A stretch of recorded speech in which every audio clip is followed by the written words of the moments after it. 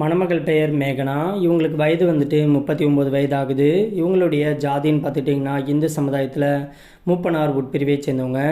இவங்களுடைய கல்வி தகுதின்னு பார்த்துட்டிங்கன்னா பிகாம் வரைக்கும் படித்து முடிச்சுட்டு இவங்க ஜவுளி கடைக்கு வந்துட்டு வேலைக்கு போயிட்டு இருக்கிறதாகவும் சொல்லியிருக்கிறாங்க. இந்த மணமகள் வந்துட்டு திருத்தணி பகுதியில் தான் வசிச்சுக்கிட்டு இருக்கிறதாகவும் சொல்லியிருக்கிறாங்க.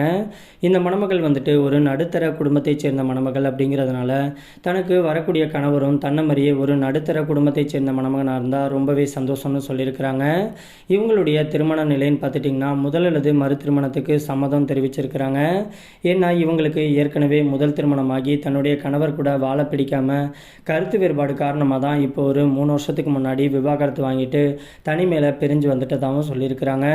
இந்த மணமகளுக்கு வாழ்க்கை கொடுக்க போகிறவர் வந்துட்டு ஏற்கனவே திருமணமாகி இருந்தாலும் ஒன்றும் பிரச்சனை கிடையாது, ஆனால் முறைப்படி விவாகரத்து வாங்கியிருக்கணும்னு சொல்லியிருக்கிறாங்க.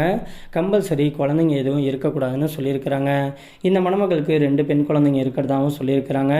இவங்க வந்துட்டு கையிருப்பு நகையாகவே கிட்டத்தட்ட 25 பவுன் வந்துட்டு நகை சேர்த்து வச்சுருக்கிறதாகவும் சொல்லியிருக்கிறாங்க. மணமகன் வந்துட்டு ஏதாச்சும் பிஸ்னஸ் பண்ணக்கூடிய மணமகனாக இருந்தால் இவங்களே முழுக்க பண உதவி எல்லாமே சப்போர்ட் பண்ணுறதாகவும் சொல்லியிருக்கிறாங்க.